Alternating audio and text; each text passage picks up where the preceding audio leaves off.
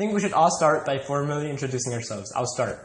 My name is Arthur Miller, and I'm a playwright. I've written a lot of famous plays such as Death of a Salesman and also The Crucible. How about you, Flannery? I'm Flannery O'Connor, and I write short stories and novels about the Deep South and my religion. I'm Mies van der Rohe, and I'm probably the best minimalist architecture I've ever seen. Really? Minimalist, okay. No. Excuse this man right here, but I'm an abstract expressionist artist. I mean, art is definitely the best. Come on. He said art. So I'm Christo, and I like to get buildings and wrap them with fabric so the public can see my beautiful works of art. And Excuse you, sir. it's really great since it Face to yourself. brings the environment in with art, and the public and teens really like it and enjoy it. It's nice. Yes. Oh, hey, I didn't see you there. My name is Helen Frankenthaler. Here I have a bucket of paints, which I have mixed with turpentine. This is oil paints, so the turpentine thins it. I'm going to use this turpentine. I'm going to see what I can do with it on this canvas. Now, I've been thinking about this new method of painting for a while now. I was going to pour some of this paint onto it and bring out the colors in it. And I'm going to call this my soak stain method. Helen Frankenthaler was an influential artist of the 1950s. She was part of the New York School of Art and was heavily influenced by Hans Hofmann and Jackson Pollock. Her career in abstract expressionism launched in 1952 with the exhibition of her painting Mountains and Sea. The painting Mountains and Sea looks like a watercolor, but is actually oil paints. Frankenthaler painted directly onto unprepared canvas, and she called this the soak stain method. Jackson Pollock also utilized the soak stain method for his paintings. The soak stain method and Frankenthaler's works influenced Maurice Louis and Kenneth Noland, who also used the soak stain method, and this led to color field painting. Color field painting is a special style of painting where the figure and ground become one and the same, and the picture is conceived as a field that appears to spread beyond the edges of the canvas. The three-dimensional idea is completely abandoned in color field painting. Helen Frankenthaler was inspired by the natural landscape. Her painting Coral Wedge was an abstract painting that was an example of a color field painting as well. Oh, so you're back now. I told you about that soak stain method I've been thinking about. Let's see if it works.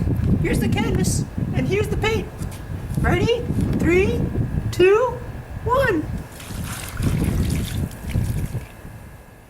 Hello, I'm Mies van der Rohe, and this is my next architectural masterpiece. I think I'll call it the Kong Household Pavilion. Isn't it just a cardboard box?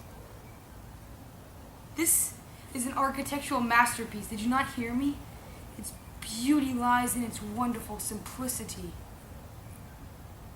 But it's really small. Non-minimalists wouldn't understand. Less is more in the modern architectural world. The beautiful plates of glass that line the whole thing and the wonderful, perfectly made doors. It's amazing. Ludwig Mies van der Rohe was a German minimalist architecture. He's famous for the simplistic beauty of his buildings that he makes, such as the Tugendhat House or the Barcelona Pavilion. Ludwig is known for being one of the figureheads for the minimalist movement in the architectural world. His famous phrase was "less is more," which is where by making his creations simpler, he actually makes them better. His buildings are famous for being made with mostly glass. Throughout his career, he headed the Bauhaus School of Art for 2 years, which was the top of the world in art during its time. After it closed, he went on to design and head as the president the Illinois Institute of Technology. In 1972, Ludwig's building, the Martin Luther Library's construction was completed, and the building was opened. During and even after his life, Mies van der Rohe had a huge impact on the way architectures thought and designed buildings. Without the minimalist architecture movement, building styles such as glass skyscrapers would never have been invented. Are you interested, sir? Who would buy this house? anyone. Someone else deserves this house. What are you doing? Hello, I'm working on my new work of art, the wrapped chair, and basically it's a chair, and I wrapped it in this nice blue fabric to make it mysterious, and you won't know as much properties, like there's no longer a cushion because you can't see it, and then after I wrap my stuff, I like to tie it up so things don't fall off. Huh. That's So good. some impressive art. Yes, it is.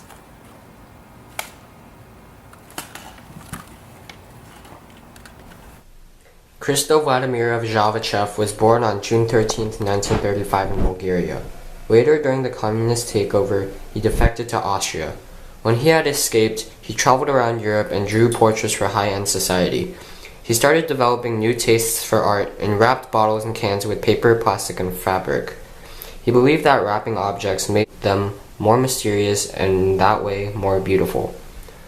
While selling portraits, he fell in love with Jeanne Claude, who would be his wife and would be a major contributor to all his projects.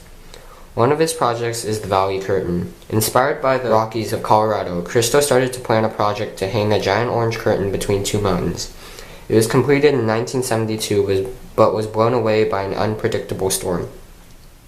One of his greatest known projects is the gates. In 2005, Christo and Jeanne Claude installed 7,503 gates with free-hanging saffron fabrics in Central Park. This project gave an illusion of a golden river flowing through Central Park. Christo is currently working on the mastaba for the Abu Dhabi, the largest structure in the world, made from 410,000 multicolored barrels to form a mosaic of sparkling colors. Christo's work is only available for short periods of time. Each work is taken down after a few days. His work also attracts those who aren't interested in art. Christo does not care of the meaning of art, but rather what it gives to its viewers. This is a failure. How do you spell yes, sir? I think Stop. Take a 5-minute break and learn your parts. Now. Arthur Miller was born in the year of 1915 in the city of Harlem, New York. He lived in Brooklyn for most of his life. The Great Depression had impacted his family a lot, but he somehow managed to graduate high school and go to the University of Michigan to study theater. He first began writing plays in his college years, but it wasn't until he graduated that he began writing plays that made it to Broadway. His first Broadway play was The Man Who Had All the Luck, but it was considered a great failure. Later, he wrote one of his most famous plays, Death of a Salesman. Written in 1949, this play is known best for changing the view of the American dream, which is the thought of easy success and wealth. It tells the story of Willie who believes in the American dream, but when he fails to achieve it, he expects his son to do what he couldn't.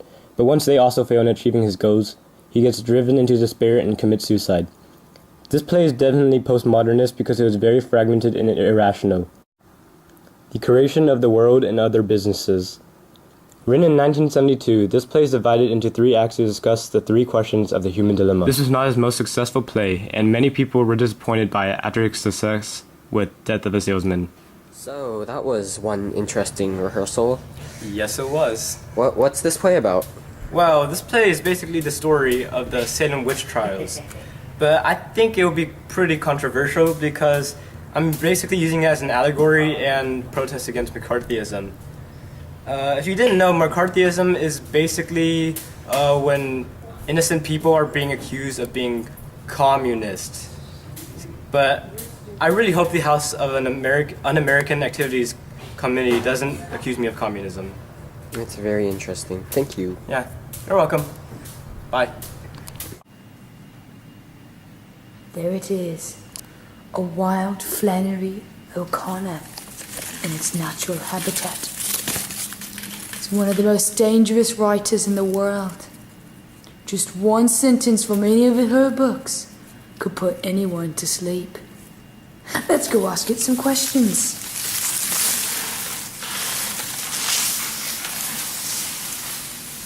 What are you writing?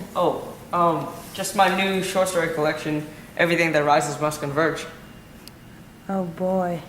What's it about? Oh, it's just about a white family that's split on their views of race.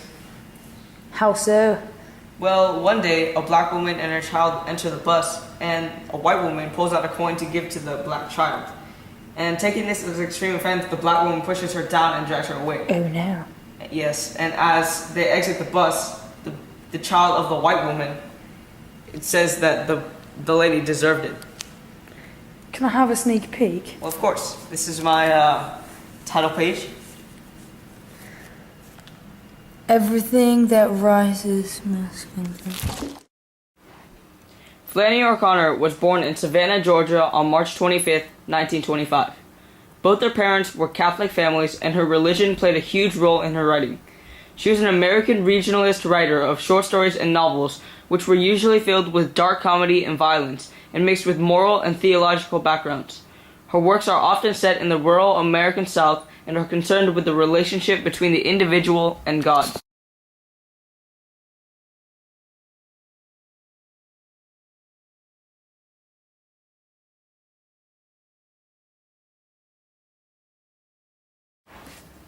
In 1952, she publishes her first novel, Wise Blood, which is about a man that returns after several years of military service to find his family home in ruins and his family members either dead or missing. The Christian themes and motives are expressed by O'Connor's Roman Catholic faith, use of grotesque style, and Southern tradition. In 1955, O'Connor published her first short story collection, A Good Man is Hard to Find. This story revolves around a family that goes on a road trip and experiences an encounter with the Misfit, a serial killer who has escaped from the federal penitentiary and is on the loose. Although Flannery O'Connor was not alive, in 1972, The Complete Stories of Flannery O'Connor is published and wins the National Book Award. Art is okay at best, but as I said earlier, we all know who the best artist is. Shut up!